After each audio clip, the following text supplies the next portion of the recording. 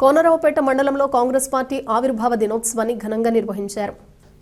ఈ సందర్భంగా బీజేపీ ప్రభుత్వం జాతీయ గ్రామీణ ఉపాధి హామీ పథకం పేరు మార్పుపై కాంగ్రెస్ నాయకులు నిరసన తెలిపారు. మండల కాంగ్రెస్ అధ్యక్షులు ఫిరోజ్ పాషా మాట్లాడుతూ దేశ స్వాతంత్ర పోరాటం నుంచి నేటి వరకు ప్రజాస్వామ్యాన్ని పటిష్టం చేయడంలో కాంగ్రెస్ పార్టీ కీలక పాత్ర పోషించిందన్నారు. పేదలు, రైతులు, కూలీలు, అణగారిన వర్గాల సంక్షేమమే పార్టీ ప్రధాన లక్ష్యమని స్పష్టం చేశారు.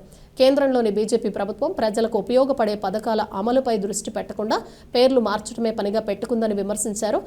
ఉపాధి హామీ పథకంలో పేరు మార్పుతో కాకుండా పని దినాలు పెంచడం, వేతనాలు సకాలంలో చెల్లించడం ద్వారానే ప్రజలకు న్యాయం జరుగుతుందన్నారు.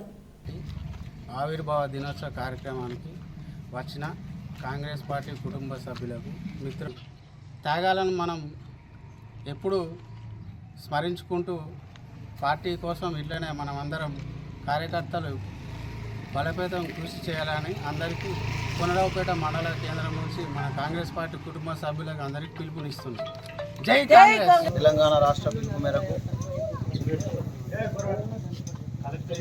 కాంగ్రెస్ పార్టీ 141వ ఆవిర్భావ దినోత్సవం జరుపుకొని, అలాగే ఏదైతే బీజేపీ ప్రభుత్వం అవలంబిస్తున్న తీరును చూస్తుంటే ప్రజలు రాబోయే రోజుల్లో తిప్పికొట్టే విధంగా ఉన్నది.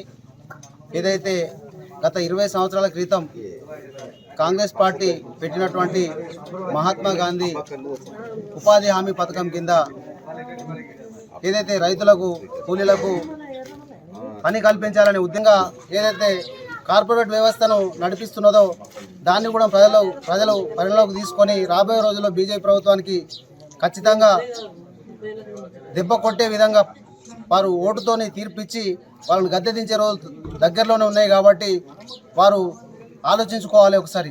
ఒకవేళ గాంధీ గారి చిత్రపటం మళ్ళీ తీసుకొచ్చి అదే పేరు మీద కొనసాగించేలా చర్యలు తీసుకోవాలని చెప్పి మేము ఈ కోనరావుపేట కాంగ్రెస్ పార్టీ మండల పక్షాన డిమాండ్ చేస్తూ, ఒకవేళ తక్షణమే ఈ కార్యక్రమాన్ని ఇట్లా వాళ్ళు